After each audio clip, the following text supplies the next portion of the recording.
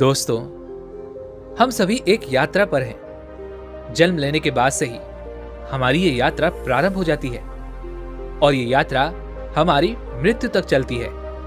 इस यात्रा में हम न जाने कितने उतार चढ़ाव देखते हैं, न जाने ही कितनी बार सुख और दुख भी भोगते हैं। इस यात्रा में 2 पड़ाव होते हैं, परंतु हम में से अधिकांश लोग पहले ही पड़ाव पर फंसकर रह जाते हैं और पहला पड़ाव है अकेलापन। हम में से अधिकांश लोग अकेलेपन के शिकार हैं। हम में से हर कोई कहीं ना कहीं अपने आप को अकेला महसूस करता है और इसी अकेलेपन के कारण हम में से अधिकांश लोग अवसाद अर्थात डिप्रेशन में भी चले जाते हैं। जब भी हम किसी मुसीबत में फंस जाते हैं, उस वक्त हमें यह एहसास होता है कि हमारे सिवा यहां पर हमारा और कोई नहीं है, और उस वक्त जो हम महसूस करते हैं वो बहुत ही भयानक होता है, क्योंकि हमने तो हमेशा केवल एक ही बात सोची है, और वह यह कि हम अकेले नहीं हैं। हमारे साथ हमारा परिवार है, हमारे मित्र हैं, हमारे सगे संबंधी हैं, जो हर परिस्थिति में हमारा साथ अवश्य देंगे। लेकिन जब ऐसी कोई विपदा आन पड़ती है, ऐसी कोई परिस्थिति आन पड़ती है और हमें उनका साथ नजर नहीं आता, तो उस वक्त हम भीतर ही भीतर पूरी तरह से टूट जाते हैं और हमें उनकी कमी महसूस होने लगती है। और यही कमी धीरे धीरे अकेलेपन का रूप ले लेती है। हम जिसे अब तक सच मानकर चल रहे थे, वह केवल एक झटके में कांच के टुकड़ों की तरह टूटकर बिखर जाता है। क्या आप भी अकेलेपन के इस पड़ाव पर आकर फंस चुके हैं और आपको यहां से निकलने का कोई रास्ता नजर नहीं आ रहा? तो दोस्तों, ये वीडियो अंत तक जरूर देखिएगा। इस वीडियो के अंत तक आपको एक ऐसा मार्ग मिल जाएगा जिससे आप किसी भी परिस्थिति, किसी भी समय का सामना बड़ी ही आसानी से कर पाएंगे। बहुत समय पहले की बात है। एक व्यक्ति जो बहुत धनी था, बहुत संपन्न था, उसके पास किसी चीज की कोई कमी नहीं थी। उसके चारों ओर उसके परिवार वाले, मित्र, रिश्तेदार, सगे संबंधी सभी सहयोग देते थे और वह भी उन सभी की हमेशा मदद किया करता था। और वह व्यक्ति हमेशा एक ही बात कहता था कि मैंने भले कुछ कमाया हो ना हो, लेकिन मैंने आप लोगों का साथ कमाया है और वास्तविकता में यही मेरी पूंजी है, यही मेरी संपत्ति है। वह अपनी दुनिया में बहुत खुश था, सब कुछ बहुत अच्छा चल रहा था। और एक दिन व्यापार में ऐसा भी समय आया जब उसे यह निर्णय लेना था कि वह व्यापार में आगे बढ़े या फिर अपने व्यापार को यहीं तक सीमित रखे।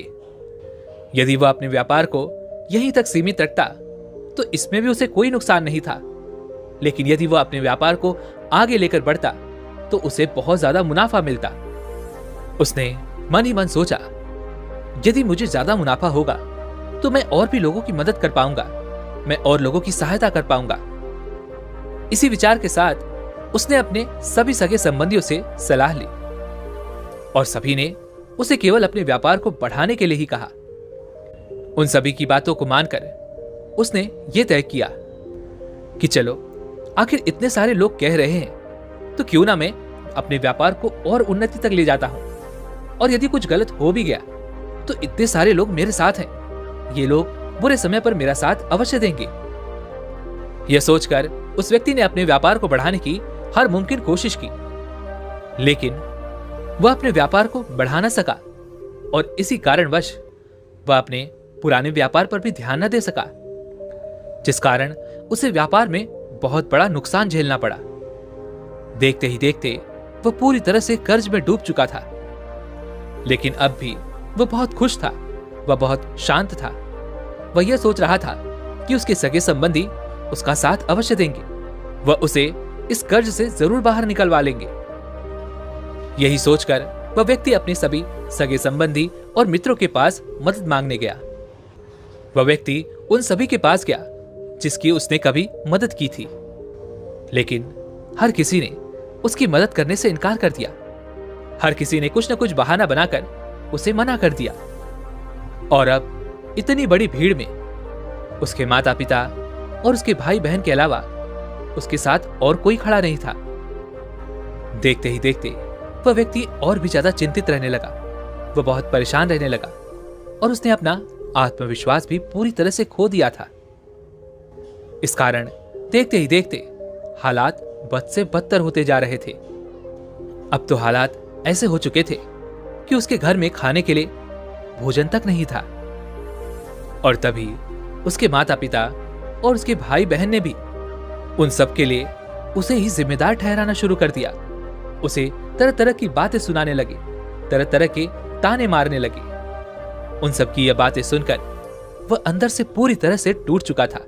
वह पूरी तरह से बिखर चुका था। तब उसे इस बात का एहसास हुआ कि लगता है अब मुझे एक बार फिर मेहनत करनी पड़ेगी। जैसा सब कुछ पहले था, मुझे वह सब कुछ एक बार फिर हासिल करना पड़ेगा। मुझे एक बार फिर धन कमाना पड़ेगा। जैसे तैसे उसने खुद को मनाया, अपने आप को एक बार फिर हिम्मत दी और उसने एक बार फिर खड़े होने का निश्चय लिया। उस व्यक्ति ने एक बार फिर से शुरुआत की और अब की बार उसने पहले से बहुत अधिक मेहनत की।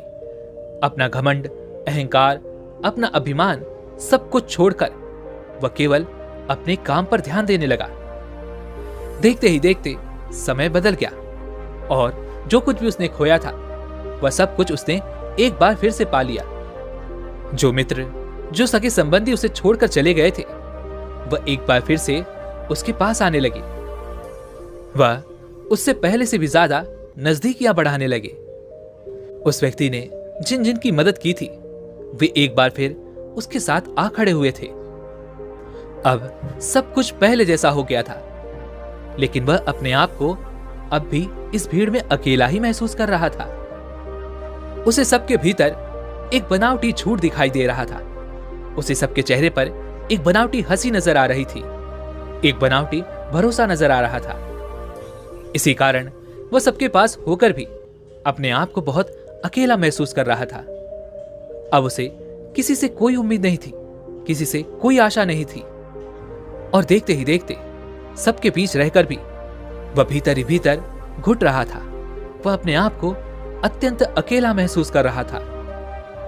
वह किसी ऐसे व्यक्ति की तलाश में था जो उसके अकेलेपन को दूर कर सके, जो उसकी अकेलेपन की इस परेशानी से उसे बाहर निकाल सके, जो उसके सुख और दुख में उसका साथ दे, उसके साथ खड़े हो, जो कभी उसे धोखा ना दे।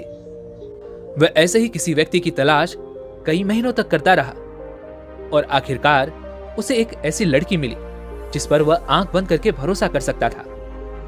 उस व्यक्ति को वह लड़की बहुत पसंद थी और वह उससे शादी करने के लिए भी तैयार था। एक दिन की बात है, उस व्यक्ति ने उस लड़की से पूछा, क्या तुम हर परिस्थिति में मेरा साथ दोगी?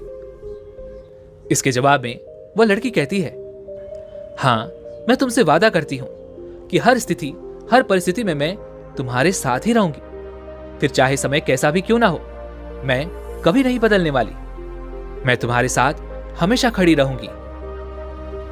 लेकिन एक दिन उस व्यक्ति के मन में ख्याल आया कि कहीं यह भी बाकी लोगों की तरह बदल न जाए, कहीं यह लड़की भी उसे धोखा ना दे दे।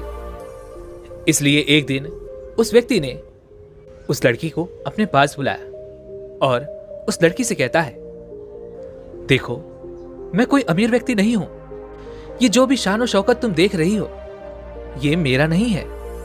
ये तो मेरे छोटे भाई का है। मैं तो बस इसे चला रहा हूं। मैं तो बस इसकी देखभाल कर रहा हूं। वास्तविकता में तो इन सब का मालिक वही है। और वैसे भी मैं इतनी सारी धन दौलत लेकर क्या करूंगा? मुझे तो केवल तुमसे प्यार है और शादी के बाद मैं तुम्हें लेकर कहीं दूर चला जाऊंगा। कहीं दूर जाकर हम अपना एक छोटा सा घर बसाएंगे। हम वहां पर खुशी खुशी अपना जीवन बिताएंगे। उस लड़के की यह बात सुनकर वह लड़की मुस्कुराते हुए उस लड़के से कहती है, तुम भी कितने भोले हो। अगर ये व्यापार तुम चला रहे हो, इसकी बागडोर तुम्हारे हाथों में है, तो तुम इसे अपने नाम पर भी तो करवा सकते हो। आखिर तुम्हें इसमें कितना समय लगेगा? जब तुम ये व्यापार अपने नाम करवा लोगे, तभी मैं तुमसे शादी करूंगी, वरना मुझसे शादी करने का ख्याल मन में भी मत लाना। यह सुनकर वह व्यक्ति जोर से हंस पड़ा और वहां से चला गया। उस लड़की की बात सुनकर उस व्यक्ति के दिल को बहुत चोट पहुंची थी। वह अंदर ही अंदर पूरी तरह से टूट चुका था। अब उसे किसी से भी कोई उम्मीद नहीं रह गई थी। अब तक उसके जीवन में इतना अकेलापन नहीं था जितना कि अब वह अपने आप को अकेला महसूस कर रहा था। चारों तरफ हर कोई उससे झूठ कह रहा था। चारों तरफ हर किसी के चेहरे पर झूठी हंसी और झूठा मुखौटा था। उसे किसी पर अब भरोसा नहीं रह गया था और भीतर ही भीतर उसका अकेलापन उसे खाए जा रहा था, जिस कारण वह बहुत परेशान रहने लगा था। वह बहुत चिंतित रहने लगा था। वह किसी भी हालत में अपने इस अकेलेपन से छुटकारा चाहता था।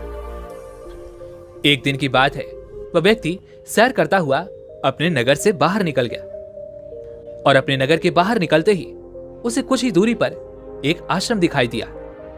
वह व्यक्ति उस आश्रम में जा पहुंचा।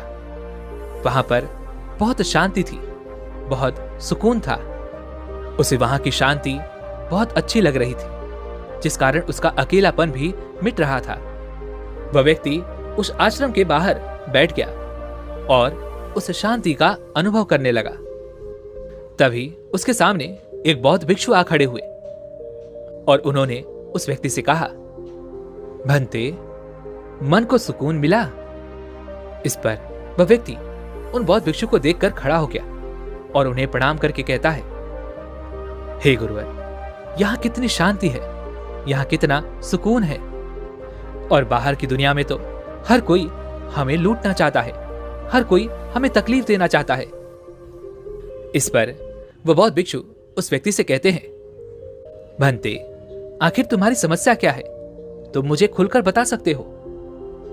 इस पर वह व्यक्ति उन बौद्ध भिक्षु से कहता है, हे गुरुवर, मैं बहुत अकेला हूं, मेरा यहां पर कोई नहीं। मेरे चारों तरफ घूमने वाला हर एक व्यक्ति केवल मेरी धन दौलत से प्यार करता है, उसे मुझसे कोई मतलब नहीं।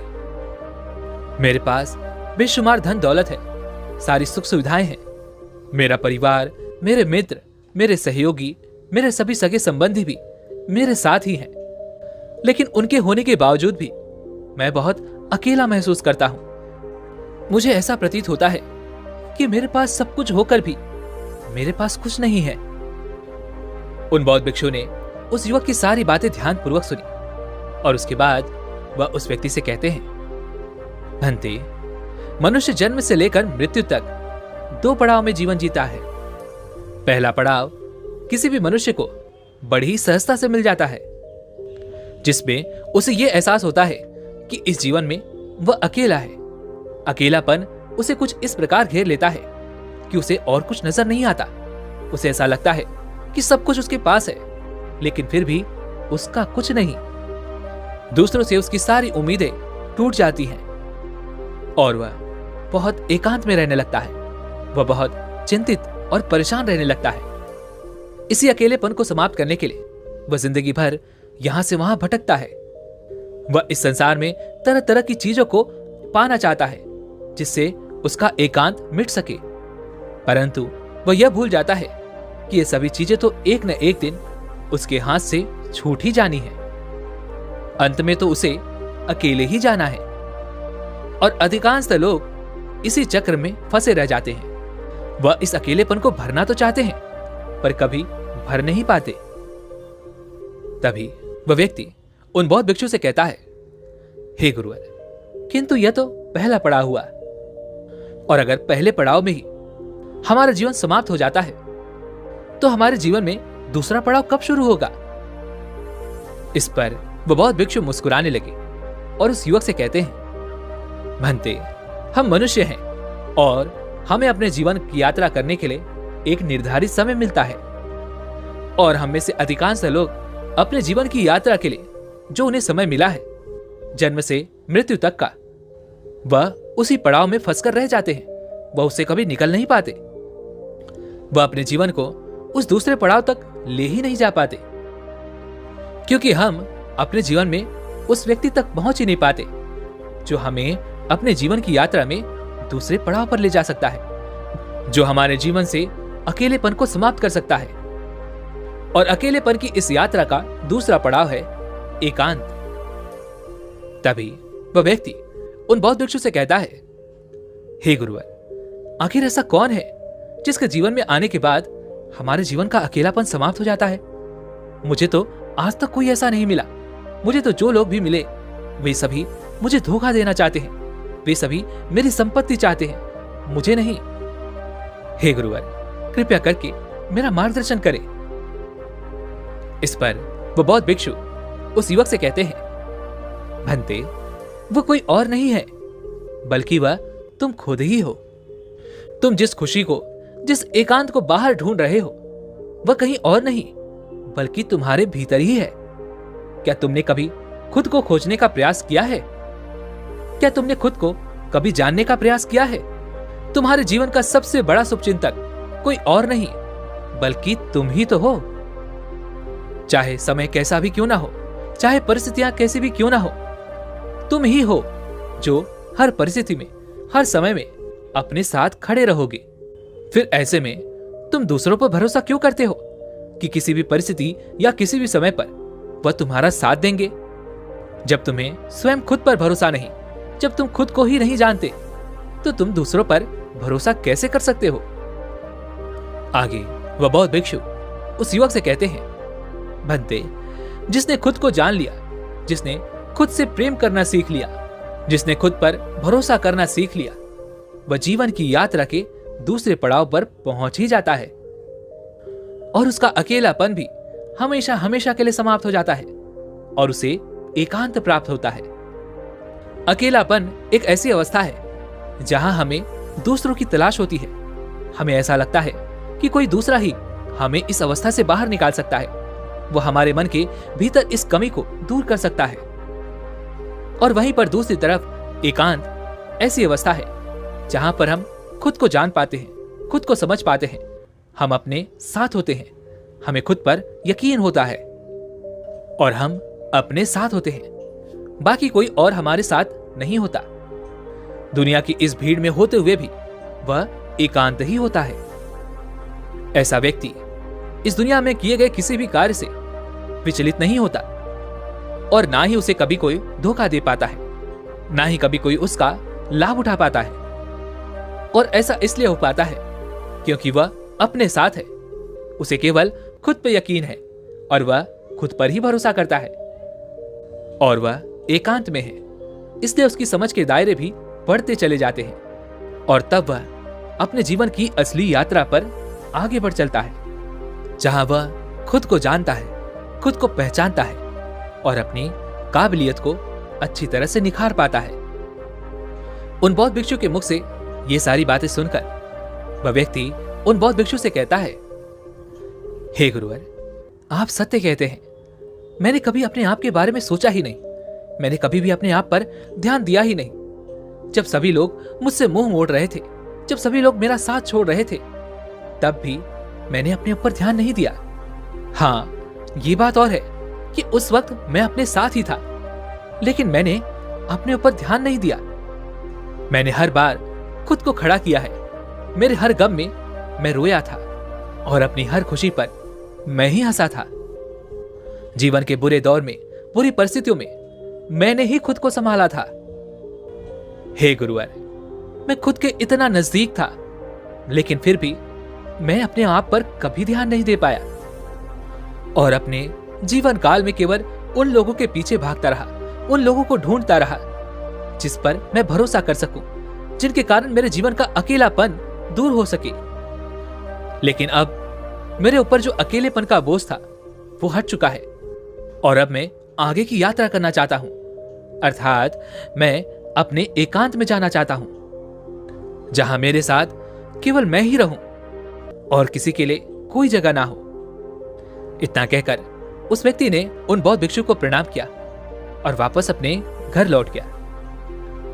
दोस्तों, हमारा जीवन भी अकेलेपन से भरा हुआ है। किसी को किसी चीज की कमी है तो किसी के पास सब कुछ होते हुए भी वह अकेला है और इस अकेलेपन का कारण हमेशा दूसरे ही होते हैं। जीवन में यह अकेलापन आना जरूरी होता है क्योंकि इसके आए बिना हम एकांत की महत्वता को नहीं समझ पाएंगे और ना ही उसे पाने की ओर आगे बढ़ पाएंगे। जहां हमें किसी से कोई उम्मीद नहीं होती, हम केवल हमारे साथ होते हैं, हम अपने साथ हमेशा खुश रहते हैं। इतनी बड़ी भीड़ में केवल कुछ ही लोग होते हैं जो एकांत में रह पाते हैं, जो खुद को जान पाते हैं, खुद को पहचान पाते हैं और वह अपने जीवन में परिवर्तन भी ला पाते हैं। वह अपने जीवन में जो चाहते हैं वो कर सकते हैं। वह इस भीड़ पर भी राज कर सकते हैं और वह चाहे तो इस भीड़ को जहां चाहे वहां ले जा सकते हैं। जो व्यक्ति एकांत में रहता है उसके विचार बहुत ही शक्तिशाली होते हैं। ये आसानी से कभी किसी की बात पर भरोसा नहीं करते और ना ही कभी किसी की बात से प्रभावित होते हैं।